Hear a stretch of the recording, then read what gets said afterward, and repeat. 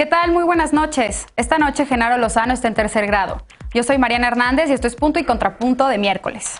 Hoy se aprobó en comisiones del Senado el proyecto de reforma a la Ley de Seguridad Nacional para regular la presencia de agentes de la CIA, la DEA y el FBI en México. Con esta reforma, los agentes extranjeros pierden inmunidad y tendrán que compartir con las autoridades información sobre sus actividades en México. ¿Es una medida oportuna? ¿Ayudará a la colaboración o inhibirá investigaciones a funcionarios mexicanos? La discusión de la iniciativa presentada para promulgar la ley de la Fiscalía General de la República se pospuso para febrero. Apenas ayer, la Comisión Nacional de Búsqueda rechazó la propuesta que propone abrogar la ley orgánica aprobada hace apenas 2 años. ¿Cuáles son las implicaciones de este cambio? ¿Por qué la Comisión Nacional de Búsqueda rechazó la propuesta? Y un par de medidas claves se pasaron para febrero también. La regulación de la cannabis, que debía aprobarse el próximo 15 de diciembre, y la reforma a la subcontratación, presentada por el Ejecutivo Federal hace unas semanas. ¿Qué opinan nuestros panelistas de estos cambios? ¿Se metió freno de mano abruptamente o eran prórrogas esperadas? Quédate con nosotros que ya empieza la mesa de esta noche. Esto es Punto y Contrapunto.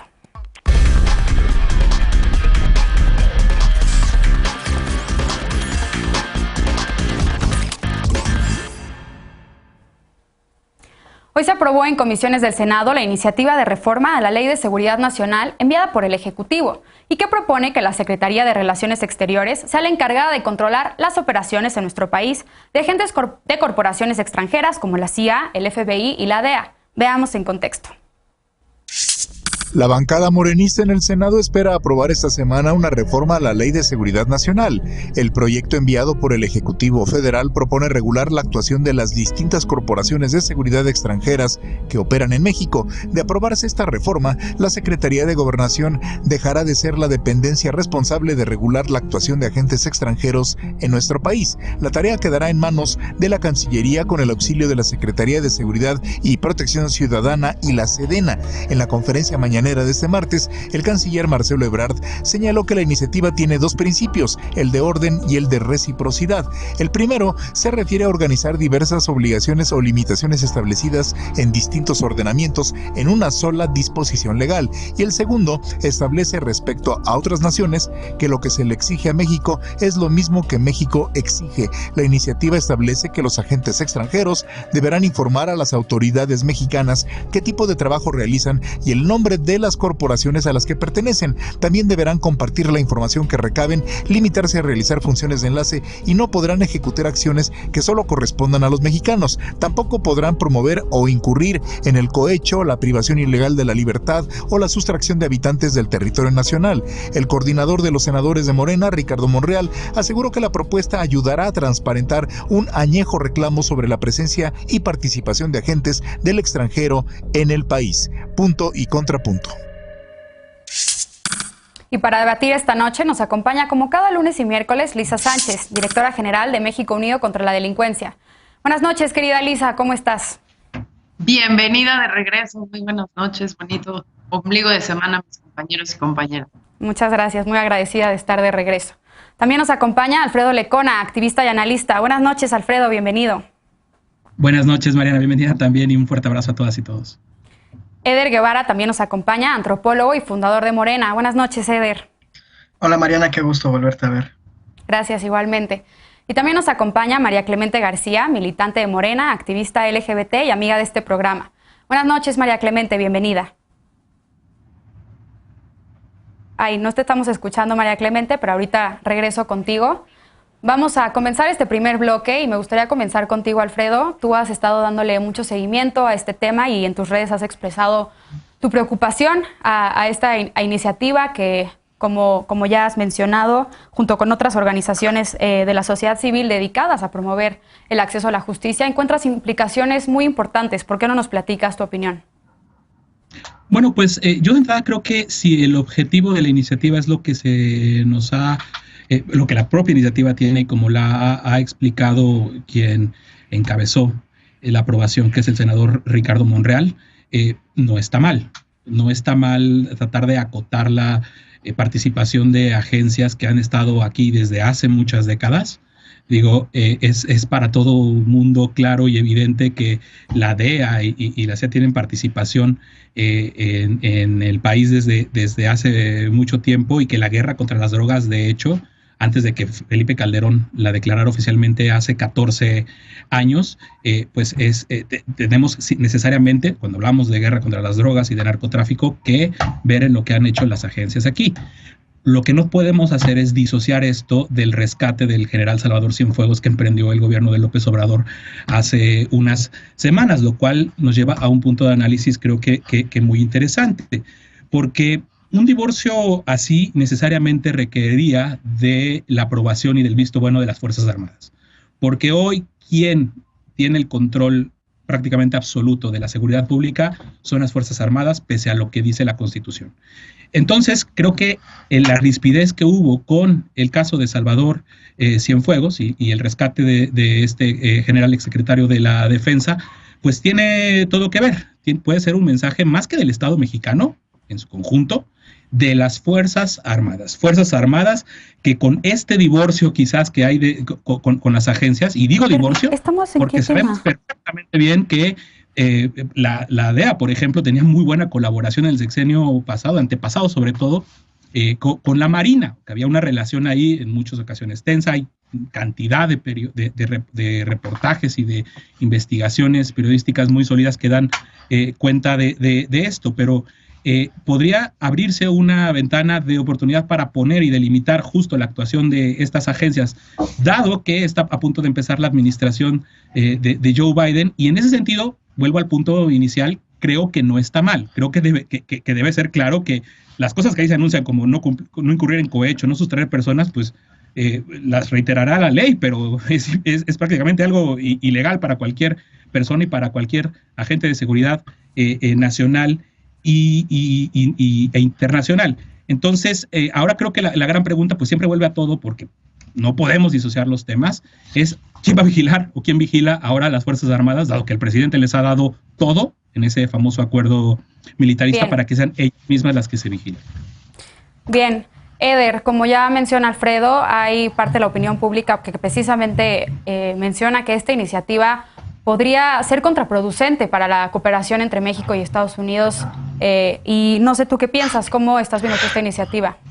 Que hay que ver cómo comprendían la cooperación, porque efectivamente es un asunto de defender la soberanía nacional y por supuesto que tiene que ver con una respuesta a lo que sucedió con la detención de Cienfuegos, pero también con lo que está sucediendo con el caso de Genaro García Luna y muchos otros casos. ¿Cómo es posible que algunas de las pruebas aportadas por la DEA, la CIA, tengan que ver con grabaciones que ellos hicieron en territorio nacional hacia ciertas personas y que esas pruebas sean de su propiedad y que no el Estado mexicano no sepa de eso? Hay un montón de investigaciones que ellos llevaban a cabo y que no informaban al gobierno mexicano. Entonces, por supuesto, a mí lo que me sorprende es que no existiera antes esta iniciativa. Creo que tiene que fortalecerse un ejercicio de cooperación respetuosa. Tiene que haber siempre cooperación multinacional, no solo con Estados Unidos, pero que tenga como principio fundamental la reciprocidad y el respeto a la soberanía de cada uno de los países. Y es absurdo que no existiera. Ahorita Lecona decía la relación tan cercana que había entre la Marina y la DEA en los sexenios anteriores. Incluso pues hay muchos testimonios de cómo en algunos momentos la Marina recibía instrucciones en inglés, ¿no? Esta situación de que de repente las estrategias de seguridad nacional sean dirigidas desde estas dependencias es preocupante, sobre todo considerando que el papel que han jugado la guerra contra los narcóticos para intereses de política económica de Estados Unidos, no solo en México, en muchas regiones del mundo. Entonces, era algo que tenía que darse en algún momento. Conocemos todo el mundo la postura del presidente López Obrador respecto al respeto a la soberanía nacional, y bueno, pues qué bueno que ya sucedió, qué bueno que se aprobó sin mayor conflicto, y lo que se tiene que garantizar justo es la reciprocidad. Otro tema muy importante es, se está investigando a García Luna por muchos hechos que ellos conocían. ¿A quién de ellos se está investigando también por los mismos hechos? Bien. Lisa, ¿tú compartes esta perspectiva o en efecto es una muestra del endurecimiento del presidente López Obrador ante Estados Unidos? Bueno, a ver, todo, es decir, tanto lo que dijo Feder como lo que dijo Lecona es cierto, ¿no? Salvo en algunos detalles en donde yo introduciría algunos matices. A ver, esto... La cooperación binacional y la cooperación internacional para la aceptación de agentes extranjeros que realizan labores de investigación, de inteligencia, de seguridad nacional, tanto para sus gobiernos como para los gobiernos que los reciben, no es uno ni nuevo, ya lo dijeron, pero dos, no es que tampoco haya estado desregulado, ¿no? A nivel internacional está regulado a partir de las convenciones de crimen organizado transnacional, que son las de Palermo. Estos temas se discuten en Viena cada año dentro de la Comisión de Crimen, y además a partir de ahí se desprenden una serie de acuerdos binacionales que en el caso mexicano estaban suscritos entre la antigua PGR con Departamento de Estado, Departamento de Justicia, tú nómbralos, y se delimitaban ahí las características y los límites, las acciones, las potestades que tenían los agentes de un lado y del otro. Entonces, concentrarlo en un título séptimo de la Ley de Seguridad Nacional no es tampoco un cambio así sustantivo que vaya a delimitar realmente las maneras en las que se realiza esa cooperación, sobre todo porque cuando tú analizas el título séptimo, pues son puras disposiciones que ya estaban explícitas de alguna u otra manera en ley, o sea, que no podían participar en cohecho, eso estaba definido desde antes, que tenían que informar también estaba definido desde antes, y que no podían de alguna manera participar en la detención de ciudadanos mexicanos, no sé qué, pues sí también, ¿no? Qué bueno que esté ahí, qué bueno que se explicite y qué bueno que haya un esfuerzo de soberanía. Ahora, si realmente tuviéramos una política soberana en materia de seguridad, pues ya hubiéramos abandonado la guerra contra las drogas desde hace muchísimo tiempo, porque esa sí está explícitamente reconocida, así con todas sus letras, como un interés de política exterior de los Estados Unidos de Norteamérica. Y ahí, pues no hay no solo ningún ejercicio soberano, sino más bien puras largas, como vamos a ver en el tercer bloque, pero además más bien mucho alineamiento a esas políticas. Si realmente quisiéramos hacer un ejercicio de soberanía, pues no necesariamente nos hubiéramos puesto a detener a las oleadas de migrantes con la Guardia Nacional, ¿no? Si realmente hubiéramos hecho un ejercicio de soberanía, no nos hubiéramos sometido a muchísimas otras cosas, como por ejemplo las amenazas de los aranceles y demás, que finalmente pues están delimitadas, es así, por digamos como las esquinas de la realpolitik, ¿no? O sea, hasta donde se puede estirar la liga. Esto me parece que es más un ejercicio narrativo y que sí es un manotazo de protesta en contra de la detención del general Cienfuegos, que bueno, bien, al final del día yo no veo cosas necesariamente preocupantes. Unas únicas dos que vamos a ver cómo funcionan hacia adelante son los órganos auxiliares que se crearon, el grupo de alto nivel en seguridad y el grupo de coordinación operativa. Y de las cosas que me preocupan, pues será también cómo le va a dar las manos a esto a las entidades federativas, porque por lo menos el canciller fue muy explícito en que no se iban a poder suscribir acuerdos a nivel subnacional sin el conocimiento del gobierno federal, lo cual por una parte está bien, pero por la otra, pues bueno, hay que ver los límites de la centralización, tanto en materia de seguridad pública como nacional.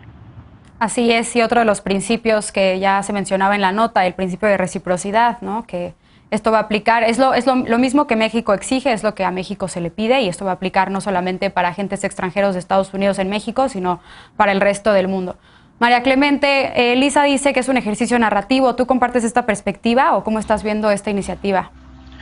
Pues más que un ejercicio narrativo, yo creo que hay tres espacios para entender la seguridad nacional, ¿no? El análisis académico, que es muy importante para analizar la realidad, ¿no? Y la proclamación oficial de los gobiernos, ¿no? En este caso, pero el más importante de todos es la seguridad nacional realmente existente. Y en este caso creo que era muy necesario poder codificar, ¿no? Poder crear un marco jurídico que pues, fortalezca la soberanía nacional. En este caso me sorprende muchísimo, no me deja de sorprender la oposición, no, a los gobernadores panistas que ahora dicen y apelan como siempre al federalismo, y como dice Lecona, ¿no? De no disociar los hechos, pues es muy importante, tanto así que estamos viendo, ¿no? Cómo el expresidente Calderón, ¿no? Sale a decir todavía hace no mucho, a decir que, por ejemplo, los hechos ocurridos en su sexenio de la operación Rápido y Furioso, que él no tenía conocimiento de nada de esto. Entonces me parece muy importante que se regule, ¿no? este tipo de situaciones para que no se repitan estos hechos y que no haya un gobierno que diga que no tenía conocimiento de lo que estaban haciendo agentes extranjeros en territorio nacional y que hechos como la operación Rápido y Furioso que pusieron en riesgo a la seguridad nacional y que costaron vidas, ¿no? Donde se vulneró por completo la soberanía, donde se insertaron a territorio nacional miles de armas para el narcotráfico. Entonces, claro que es algo muy necesario y que en términos reales, pues está muy bien esta iniciativa. Ojalá que ya sea aprobada muy pronto en el próximo periodo de sesiones. Y pues nada, esa es mi opinión. Bien, pues vamos a esperar porque se va a analizar precisamente hasta febrero. Lecona, ¿querías agregar algo?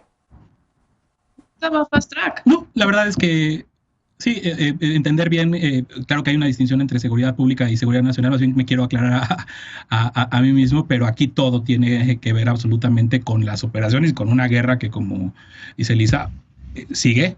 Estamos a 14 años, se han cumplido 14 años el pasado viernes 4 de diciembre, y en el marco de eso es que hay que analizar este tipo de cosas que están pasando. Bien, finalmente, Lisa. Nada, que decía que esta ley va a fast track, la que se está posponiendo para febrero, es la que vamos a hablar en el siguiente. Bien, pues precisamente vamos a una pausa, porque aunque se esperaba que se discutiera, incluso que se aprobara esta misma semana, la propuesta para expedir la ley de la Fiscalía General de la República se revisará en febrero. Ayer, la Comisión Nacional de Búsqueda y diversas organizaciones ciudadanas se expresaron públicamente contra esta reforma. ¿Por qué? Volvemos con esto a Punto y Contrapunto, no te vayas.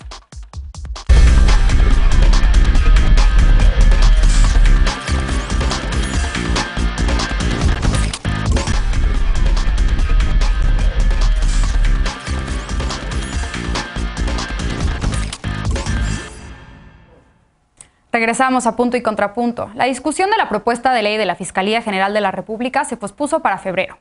Luego de que la Comisión Nacional de Búsqueda la rechazó, hoy se informó que la discusión será hasta febrero. La iniciativa plantea el adelgazamiento de la Fiscalía General de la República en nombre de la eficiencia y derogar la ley orgánica votada hace apenas 2 años y que contó con la opinión de organizaciones ciudadanas, familiares y víctimas de la violencia. Veamos en contexto. La Comisión Nacional de Búsqueda de Personas rechazó la propuesta de reforma a la Ley Orgánica de la Fiscalía General de la República. Según el documento, esta ley permitirá una reorganización y adelgazamiento de la dependencia. En un comunicado, la Comisión Nacional de Búsqueda señaló que estas modificaciones representarían un retroceso en la administración de justicia, la negación de los derechos de verdad, justicia y reparación, así como un rechazo a la colaboración interinstitucional y un incorrecto entendimiento de lo que significa la autonomía de la Fiscalía General de la República. Entre las observaciones enlistadas por la CNB está que la FGR dejaría de pertenecer al Sistema Nacional de Búsqueda y ya no tendría competencia en investigaciones sobre la desaparición de personas. Además, se desconocería el protocolo homologado de búsqueda construido por las familias de las personas desaparecidas, la sociedad civil y la comunidad internacional. Hace 2 años, en diciembre de 2018, la Fiscalía General de la República inició operaciones en lugar de la PGR, luego de la aprobación de su ley orgánica. Dicha ley fue elaborada en conjunto con organizaciones de la sociedad civil y aprobada por la actual legislatura. La Comisión Nacional de Búsqueda solicitó ayer que se deseche esta nueva propuesta y que las reformas que plantea se discutan en un parlamento abierto. Punto y contrapunto. Bien, segundo tema a discutir esta noche, y ahora comienzo contigo, Eder. ¿Cómo ves tú esta iniciativa? En la opinión pública se pregunta mucho por qué tan pronto derogar esta ley a tan solo 2 años de que se creó la ley orgánica que dio nacimiento a la Fiscalía General de la República. Sí, me parece un error, me parece que es patear el avispero en un momento en el que lo que tendría que asumirse es que hay muchos temas pendientes todavía con el tema de la justicia transicional y con las familias de personas desaparecidas, y genera más incertidumbres esta iniciativa, pero además yo entiendo la desconfianza hacia la FGR en algunos sentidos, pero no resuelves eso y tampoco bueno, a ver, enunciativamente se pretende que la búsqueda de personas sea un asunto de Estado, de todos los poderes y de todas las instancias, pero si quieres garantizar eso, no le quitas atribuciones a la Fiscalía General de la República, le das más armas, más herramientas, más dientes al FGR para que puedan hacer una búsqueda más efectiva. Me parece que fue un error sacarla así, me parece que esos temas, si lo ideal yo creo que es que ninguna iniciativa sea aprobada sin consultarlo con las personas afectadas, menos una iniciativa que tiene que ver con personas desaparecidas, que estoy convencido de que no abona en nada al proceso que se ha emprendido y que va con claroscuros de justicia transicional, y creo yo que tendría que repensarse una iniciativa de esta profundidad. Me parece que más bien lo que hay que hacer es buscar la manera de que la Fiscalía General de la República sí asuma sus responsabilidades, si es que acaso no lo está haciendo. Y lo que sí creo es que esta iniciativa de fondo tiene una crítica muy fuerte justo a la Fiscalía, pero no puede ser que por esta crítica se genere tanta incertidumbre para las familias que están en este momento en esta terrible situación de buscar a sus familiares. Entonces, no me gusta la iniciativa. Yo creo que no solamente... Bueno, si quieren emprender un proceso de diálogo y de parlamento abierto, que empiecen por desecharla y por iniciar de nuevo en su redacción y hacer un planteamiento diferente. Me parece absolutamente errónea esta iniciativa. Bien. Lisa, ¿tú coincides con Eder? ¿Es un error esta iniciativa? ¿Cómo lo ves tú? Completamente, pero además es un error en el que ya va insistiendo el fiscal general de la República, Alejandro Gertz Manero, por tercera ocasión, y es como la venganza contra el hecho de que no pasaron todos sus paquetes de reformas legislativas ni en febrero ni en septiembre de este año, y es un adelgazamiento completo y absolutamente innecesario de la Fiscalía, pero para hacerla omisa e irresponsable frente a los fenómenos de investigación criminal que tiene que tener este país, y justamente lo que decía Eder, sobre todo frente a grupos de víctimas, en particular de violaciones y violaciones graves a los derechos humanos, como pueden ser los familiares de las personas desaparecidas que vivieron desaparición por particulares o desaparición forzada. Pero creo que los aspectos técnicos sí los tenemos que tocar, porque hay algunas cosas sumamente preocupantes y no me gustaría que nuestra audiencia se quedara con el hecho de que es un error nada más y que el error es inocuo y que ahí hagan un parlamento abierto y después pásenlo, porque sí es un cambio de diseño institucional bien fuerte. Primero, ¿no?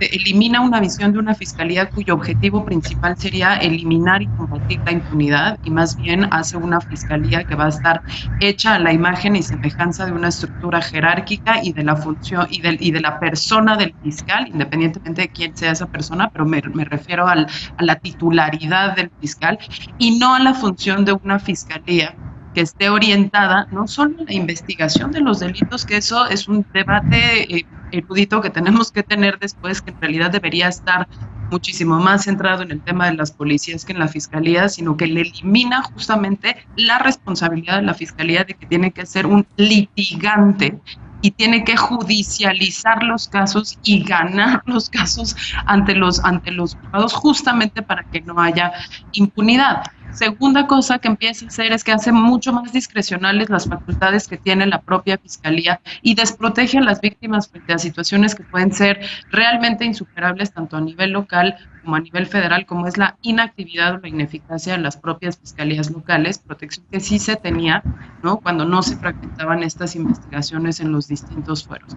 Ya la nota decía por qué la Comisión Nacional de Búsqueda está en contra, porque también sustrae a la Fiscalía de obligaciones que tenía, pero me parece que una de las cosas también más importantes es que a nivel de la organización interna, ¿no?, en vez de investigar fenómenos criminales, esta reforma vuelve a traernos una fiscalía que se va a orientar únicamente a investigar delitos, casos. Y eso, como el caso de Lozoya, como el caso de García Luna, como el caso de Cienfuegos, como el caso de todos los eventos de corrupción y de victimización y violación grave a los derechos humanos que vemos, sabemos que ya es un modelo superado y sabemos que no podemos regresar al uno por uno de los delitos cuando lo que necesitamos es investigar pues esos fenómenos más grandes.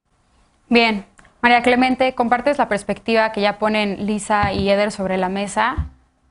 ¿Me escuchas, María Clemente? Creo que estamos teniendo problemas con María Clemente, pero ahorita le preguntamos. Alfredo, te quería preguntar precisamente sobre la Comisión Nacional de Búsqueda que rechazó como ya lo explicó Lisa y lo vimos en la nota, esta iniciativa, y creo que tú compartes esta perspectiva también.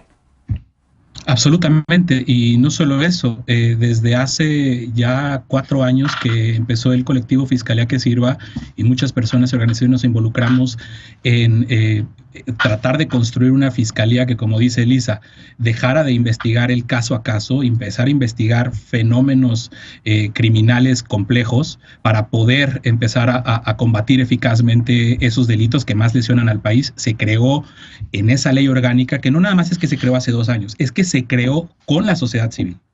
Es que la sociedad civil y Fiscalía que Sirva se sentaron con legisladores, futuros legisladores en ese entonces de Morena durante la transición, como Tatiana Cloutier, como Zoé Robledo, como Olga Sánchez Cordero, que empezó siendo senadora antes de que empezara el gobierno. Y en septiembre de 2018 salimos a aplaudir esto. Habían muchos pendientes y los pendientes se decajaron en un artículo transitorio para que se revisaran un año posterior a la designación del primer fiscal y poder hacer una revisión de las cosas que el fiscal analizaba que estaban mal en la fiscalía. Pero desgraciadamente el fiscal es Alejandro Gertz Manero.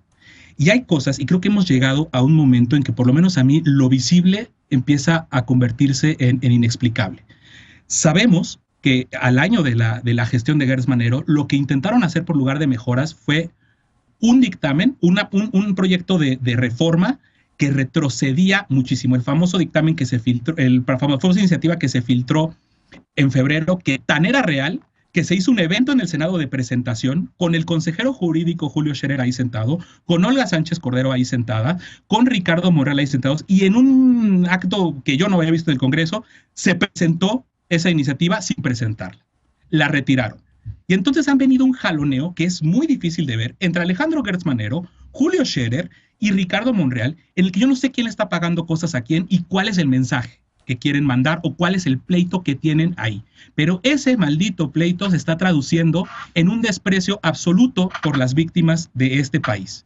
Un desprecio absoluto. Entonces, yo además de que intentan sacar a la Fiscalía General de la República, al investigador del Sistema Nacional de Búsqueda, también tengo que recalcar, o hay que recalcar, que se le están quitando la vigilancia ciudadana a la Fiscalía. Pues, ¿qué demonios pretende Alejandro Gertz Manero? Hay que revisar la columna de hoy de Sergio Aguayo, donde cuenta una historia que creo que es un escándalo que deberíamos de ver. Cuando el Consejo Ciudadano se iba a empezar a formar, el fiscal le habló a Sergio Aguayo para decirle, inscríbete. Sergio Aguayo dudó, convenció a dos personas muy destacadas más, y de repente la propuesta de Gertz Manero, o de quién es, viene a quitar ese Consejo Ciudadano. Viene a tratar de destrozar todos los avances. ¿Quién desprecia a las víctimas en este país? Empieza a tener nombres, y ojalá que aunque se haya pasado a febrero, esto se dinamite, porque no es ni cerca lo que estamos necesitando. Necesitamos, como bien dice Eder, avanzar a un proceso de justicia tradicional que yo no lo veo empezando, ni cerca, pero nos estamos alejando cada vez más. Lamentablemente este no va a ser el sexenio para la justicia transicional. Lo podemos ver por cómo se está comportando estas personas. Bien, finalmente, María Clemente, ya retomamos, pudimos restablecer el audio contigo. Te preguntaba si compartías los puntos de vista que ya han puesto los otros 3 compañeros sobre la mesa, y cómo estás viendo tú esta iniciativa, cómo evitar que se afecte la profesionalización e independencia de la Fiscalía que tanto tiempo costó, y como dijo Alfredo, la ley orgánica de 2018 ha sido aplaudida por varias instituciones de derechos humanos a nivel mundial incluso. Sí, pues justo es un tema que ha costado mucho tiempo, ¿no? Sobre todo que pues no es un tema solo de este sexenio. Esta ley orgánica de hecho tendría que haber quedado en el sexenio pasado. Esta es una herencia que seguimos arrastrando, que de sin duda hay que atender. Concuerdo con mis compañeros del panel que pues evidentemente digamos que sacar de la jugada de la Fiscalía en el Sistema Nacional de Búsqueda y de atención a víctimas pues no es la ruta correcta, ¿no? Creo que sí hay que generar un nuevo proyecto para que de verdad se eficientice el funcionamiento de la Fiscalía correctamente. Bien, ¿alguien quisiera agregar algo más? No, simplemente decir que Y simplemente decir que, bueno, un buen signo fue el día de hoy que se suspendió justamente el procesamiento, la votación de esta iniciativa. Esperemos realmente que no sean esos procesos de simulación de los parlamentos abiertos que nada más dicen, bueno, 2 días de discusión y luego votamos lo mismo. Sí creo que para el tamaño de problema de acceso a la justicia y de impartición de justicia que tiene México, sería muy desafortunado que el propio gobierno de Andrés Manuel se metiera el pie así y debilitara una de las únicas instituciones que tiene para hacer frente a la impunidad, no solo en materia de corrupción, sino también en materia de delito y de delincuencia organizada. Ojalá de verdad que nuestros legisladores lo piensen 3 veces y más bien saquen los compromisos que tenían pendientes en los transitorios de aquella reforma de hace 2 años. Bien, pues esperemos así sea, sin duda daremos seguimiento a este tema. Por lo pronto vamos a una pausa. También se va para febrero la discusión de la regulación de la cannabis. Ayer se informó que la Cámara de Diputados requiere más tiempo, por lo que pedirá una nueva prórroga a la Suprema Corte de Justicia de la Nación. Y lo mismo con el outsourcing, que será discutido como iniciativa prioritaria en el nuevo periodo ordinario de sesiones que comenzará en febrero. Volvemos con estos temas a punto y contrapunto, no te vayas.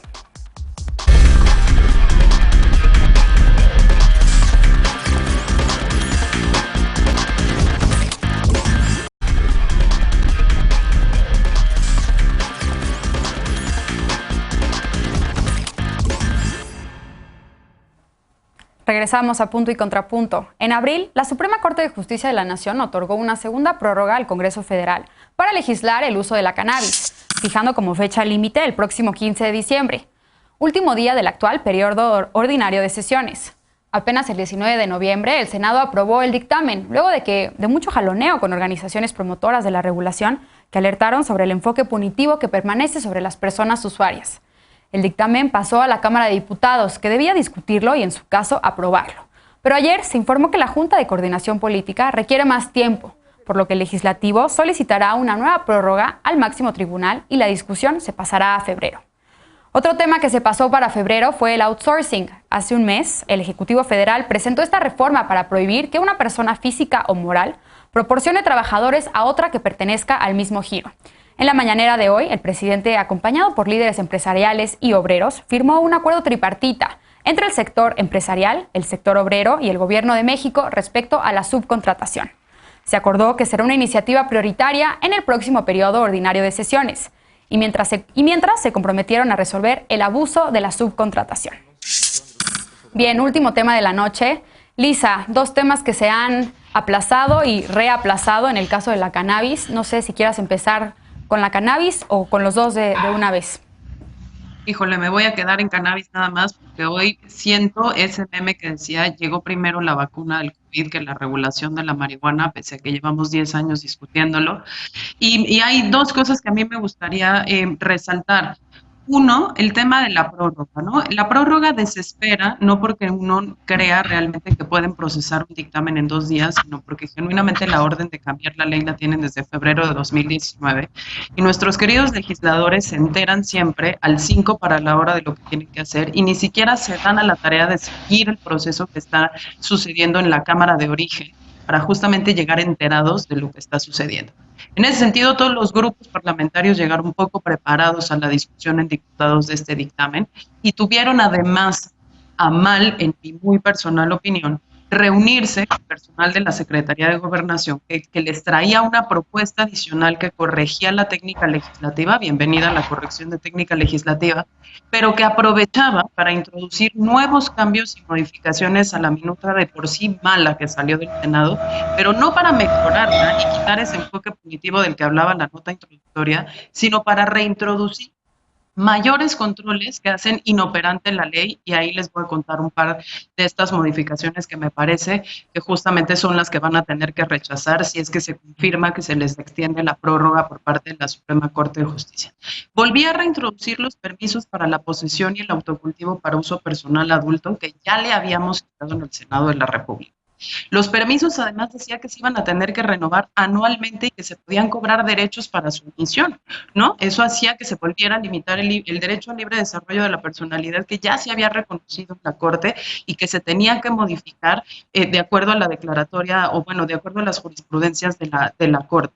seguía sin cumplir esta nueva propuesta que hizo Segov y que recibieron los grupos parlamentarios y a partir de las cuales después de las audiencias públicas también decidieron pedir estos cambios, ¿no? Sin cumplir con la jurisprudencia de la Corte, seguía sin cumplirse en la jurisprudencia de la Corte porque no se reforma la Ley General de Salud para retirar al tetrahidrocannabinol, al THC, de las listas de sustancias prohibidas, porque además violaba los artículos 14 y 16 constitucionales, o sea, una defecio terrible que se presentó en 2 reuniones privadas que tuvieron los líderes de los grupos parlamentarios con la secretaria de Gobernación y uno de sus principales asesores, que derivan justo en el hecho de que en vez de modificar las 3 cosas que le tenían que modificar al dictamen, se haya hecho una versión todavía más mala y más complicada, que seguramente nos va a llevar a febrero. Cierro diciendo, febrero es un periodo ordinario muy complicado porque va a ser año electoral.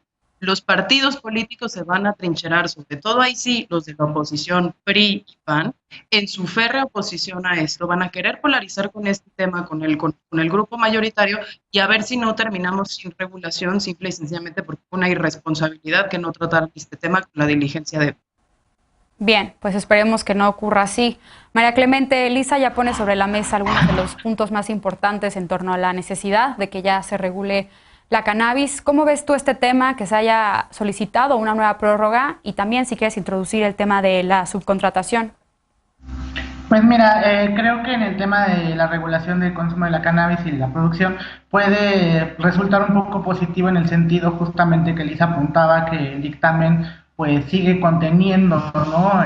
Cuestiones punitivas para las personas que somos consumidoras, ¿no? En este caso puede abrir algunas posibilidades de tener una reforma que sea menos beligerante hacia los consumidores, que también sea más justa con los productores.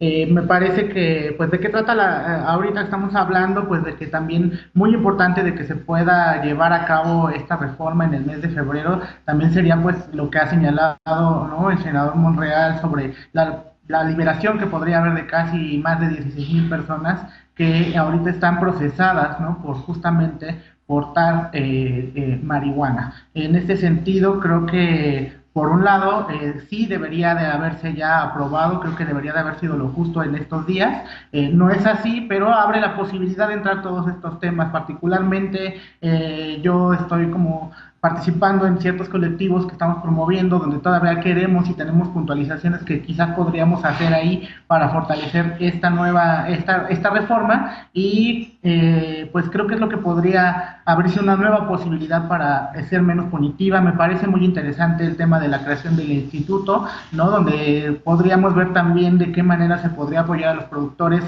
haciendo una incidencia también con la política pública, y qué tal que podría hacerse algo con el programa Sembrando Vida para apoyar a los productores, no solamente a la gran industria que se pretende crear a partir de esta reforma. Y bueno, respecto al tema del outsourcing, pues creo que es un tema que qué bueno que entró a la discusión, ¿no? Es quienes hemos llegado a trabajar en estos esquemas súper injustos, que pues empieza a discutir estos temas. Creo que justamente se les puso un buscapié a la iniciativa privada sobre esto, que están empezando a ver cómo pueden estar mejorando las condiciones laborales. Ya vemos las ofertas que están haciendo, ¿no?, de continuar con outsourcing, pero con todas las prestaciones y muchísimas otras cosas que están poniendo sobre la mesa, ¿no? Entonces me parece muy importante este tema para garantizar los derechos laborales que tanta falta han hecho en este país por tantas décadas.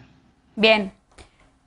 Alfredo, María Clemente dice que quizá esta es una oportunidad respecto al tema de la cannabis para eliminar los puntos punitivistas en su consumo, producción y bueno, todo lo demás que implica. ¿Tú coincides con esto? ¿Es una oportunidad o más bien es un incumplimiento por parte del Congreso? Y también preguntarte sobre la subcontratación. Sí, no, yo no coincido con María Clemente, coincido con Lisa, y justo en eso quería versar mi participación. El próximo año vamos a empezar ya metidísimos, si ya estamos, en enero va a ser todavía mucho peor, metidísimos en el proceso electoral. Y así como teníamos bien identificado en el Senado dónde estaban las trabas, o sea, de nombres, ahí hay que ponerle nombres a las personas que están haciendo estas manipulaciones y están tratando de jalar la liga a llevarla a un punto en el que, si estamos viendo si el propio partido en el gobierno no se ha cansado de decir toda esta semana y a criticar algo, a lo cual yo me sumo, por cierto, de esta alianza PRI-PAN y del Por México Sí, donde hay una agenda claramente regresiva, donde la postura del PAN, la mayoritaria en el Senado, nos dejó ver que persisten los estigmas, que persiste la discriminación hacia las personas usuarias, la criminalización hacia las personas usuarias, pues cómo ponen a competir un tema así en el proceso electoral, con todas las presiones, con todas las posturas que podrán radicalizarse, están poniéndola en un riesgo absoluto. Aquí ya se había dicho, lo habían dicho Lisa, lo habían dicho Sara, que en mesas, ya cuántas llevamos hablando del tema de cannabis, que el riesgo siempre, la tentación, después de ver que no es voluntad de este gobierno, porque no es voluntad ni de este gobierno ni de este sexenio llegar a la despenalización, a la descriminalización efectiva de las sustancias. Lo vemos en las campañitas del gobierno federal, pero lo vemos en muchísimas otras cosas más. Este es un logro absolutamente de la sociedad civil. Aquí no tiene absolutamente nada, ninguna medalla que llevarse la Cuarta Transformación, porque es nomás están... Bien. Ahora no, pero estaban cumpliendo una sentencia de la Corte. Si la Corte no les da la prórroga, yo diría mejor y que los destituyan a todos. O sea, ya estamos en un punto en el que no, vuelvo a lo que decía en el bloque anterior, ya no se puede explicar las cosas que están pasando de un gobierno que se dice de izquierda, pero que para efectos prácticos está actuando como un gobierno de derecha. Y de la subcontratación, pues creo que está bien que se estén tendiendo puentes hacia la iniciativa privada que había saltado con la propuesta, que los problemas que identificó bien el gobierno federal se queden ahí para que no sea nada más un ceder por toda la descomposición que ha habido en esa relación. Creo que la llegada de Tatiana Cloutier, como lo platicábamos el lunes, puede ir en ese sentido también aminorando todas las tensiones que habían, pero ojo con las cosas que sí son problemas reales de un régimen laboral del que muchas personas hemos sido pues víctimas, para decirlo Bien. de alguna forma. Bien, y que todavía hay un sector importante del sector privado, valga la redundancia, que no está de acuerdo con este acuerdo tripartita que fue firmado esta mañana. Sí. Ya estaremos atentos. Eder, finalmente, ¿qué decir de estos dos temas que han sido postergados? Sí, habrá un sector del empresariado que no va a estar de acuerdo nunca con regular, porque esta forma de esclavitud moderna les benefició muchísimo, y que se regule el outsourcing les afecta mucho en sus bolsillos. Eso es muy claro y muy concreto. Sobre la marihuana, la regulación de la marihuana, a mí me preocupan los tiempos. Decía Lisa hace ratito que si se va a febrero ya van a estar todo el mundo en campaña, pero además, si se hacen las modificaciones, yo creo que se podrían hacer muchas modificaciones a la iniciativa que se aprobó en el Senado. Eso implicaría que otra vez en el Senado se vuelva a discutir, y pues en medio de todo el proceso electoral, en medio de diversos conflictos, se puede ir más allá de febrero esta nueva iniciativa.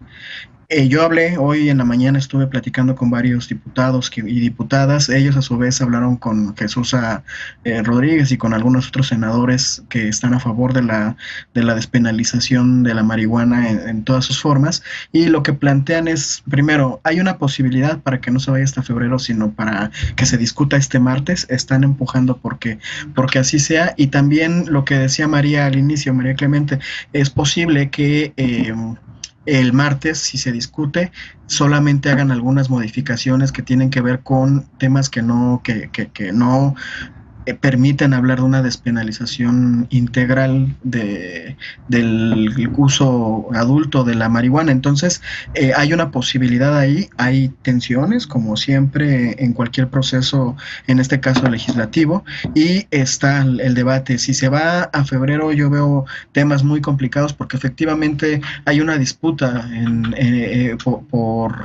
que tiene que ver más con lo electoral, y hay un discurso que se está generando por parte de este bloque de el otrora Pacto por México, otrora TUCAM, Todos Unidos contra Andrés Manuel, ahora BOA, o como se quieran llamar.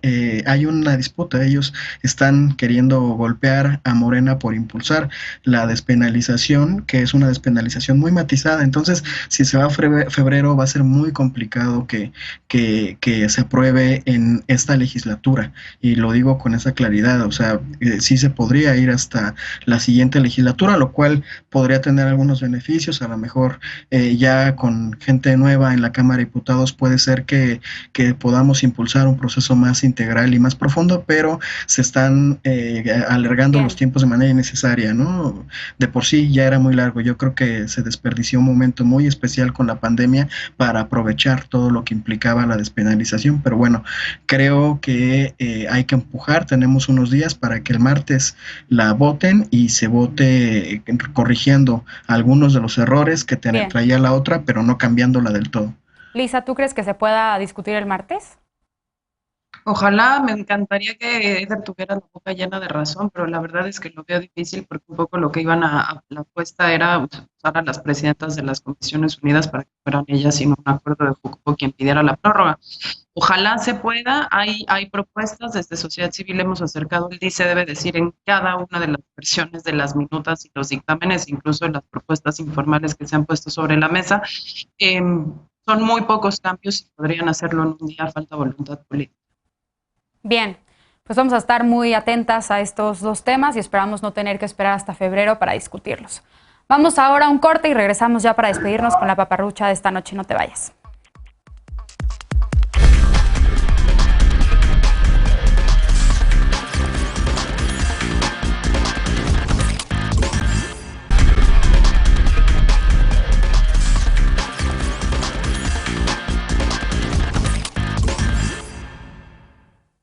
Regresamos para despedirnos con la paparrucha de esta noche.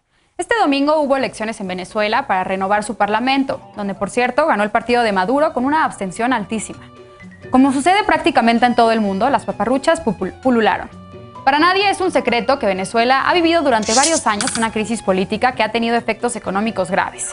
En este contexto, en redes sociales circularon imágenes como estas, apuntando que el gobierno de Nicolás Maduro organizó la distribución de leña para hacer frente a la escasez de gas que vive el país.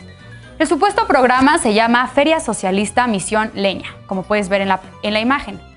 Pero es un montaje. La original corresponde a la Feria Socialista del Pescado, organizada por el Ministerio del Poder Popular de Pesca y Acuicultura en abril de 2019. Lo que es cierto es que hay un plan Leña. El 22 de octubre, el mayor general Ovidio Delgado, jefe de la Región Estratégica de Defensa Integral Los Andes, anunció el inicio de este plan para distribuir leña aprovechando los árboles arrastrados por los ríos y evitar así la deforestación de reservas nacionales. Hasta ahora no hay un registro de que este plan vaya a realizarse a nivel nacional, así que no caigas en paparruchas. Esto ha sido todo por esta noche. Te recordamos que seguimos en pandemia y debemos seguir cuidándonos. Lávate las manos bien y con frecuencia. Usa cubrebocas, que recuerda debe cubrir nariz y boca. Y por favor, si no tienes a qué salir, quédate en casa. Muchas gracias a nombre de Genaro Lozano por habernos acompañado esta noche. Gracias también a nuestros panelistas. Gracias Lisa, gracias Eder, gracias Lecona y gracias María Clemente. Esto fue Punto y Contrapunto. Yo soy Mariana Hernández. Descansa, muy buenas noches.